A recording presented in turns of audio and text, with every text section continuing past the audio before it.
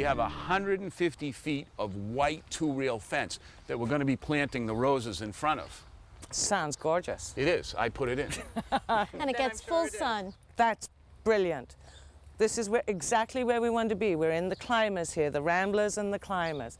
These are what you would need for your application. Bit of a misnomer when they say climber. Unlike a climbing vine which has tendrils and can attach itself, these really must be tied onto the structure they're going. Whether it's a trellis or, in your case, the fence, you must tie these on. Tell me, what color's your house? Brownish red. Brownish red, I'm going to assume that you probably don't want to go into the bluey pink tones. You probably want to go into more of the apricot, honey, warmer tones, perhaps? I'd like something that would stand out. Well, we have a few varieties here. This is the Garden Sun. It's a continuous bloomer. It is nice and hardy. They're all lovely. It's hard to choose, but I think I'm going to go with this one. It has punch. It has a deep color. Excellent choice. And with the deeper color, you can see even the bud form has a different color. Well, then, Garden Sun it is. I love having the trailer. It makes it so easy to transport plants, and it keeps them from getting windburned. If you had put these in the back of an open-bedded pickup truck, the wind going through them could dry them out. But regardless, as soon as I get the plants to the job, I like to get them planted and well watered in. Especially on a day like this, it's kind of warm out. Yeah, it is getting muggy, huh? Now, my thought was to put one plant per section right in the middle. It looks kind of lost there, Roger. How big is it going to get? You gotta remember, this is gonna spread out about 8 feet, so it's gonna cover completely these rails. But I'd like to leave the posts open because I like to see that detail. So let's just take and set one out in the middle of each section, and then we'll start digging. All right, Christine, we're all ready to start digging. Now, you notice I put the plant right up against the fence. Well, that makes sense. So it's easier for it to climb and to attach it to the rails. Right. Now we're going to dig a hole twice as wide as the pot. So I'm going to mark out the hole. All right, now we'll start digging on that side, and now on this side. Save all the good loam, put it next to the hole. What we're going to end up doing is digging a hole that's twice as wide and 6 inches deeper than the plant itself. Why so deep, Roger? Well, we're planting this plant for a lifetime, so we want to give it plenty of improved soil to grow in. Now, see the sand underneath there? Mm-hmm. That I want to take out and put in the wheelbarrow. Okay. Now that sand will just drain too fast. It won't hold any water, so I want to improve that soil. Now let's widen it up a little more.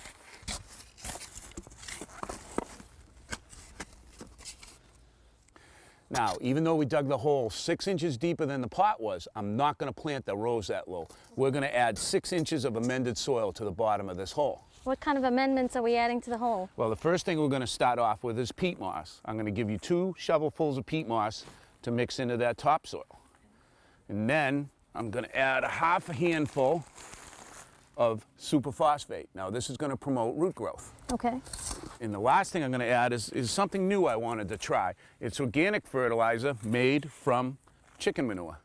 So we're going to add a half a shovelful to that and mix it all together good, and we'll put it in the bottom of the hole. Just pile it right in. One more, and then let's take a peek and see how we did. Okay, you want to grab that rose behind you?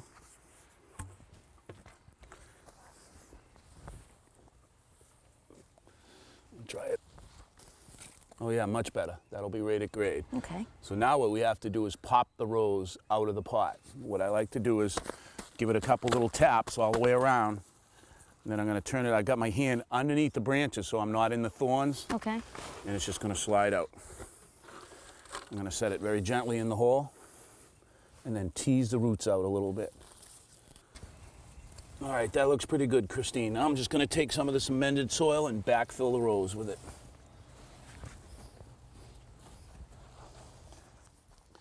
I never use a shovel around the stem of a plant because it's delicate. This gets done by hand. Okay. Now we're ready for the water.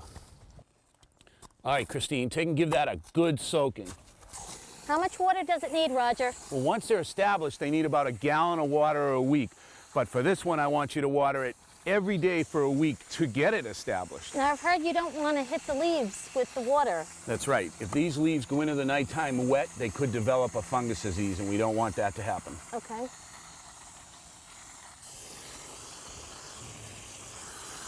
How's that one? Pretty soaked in?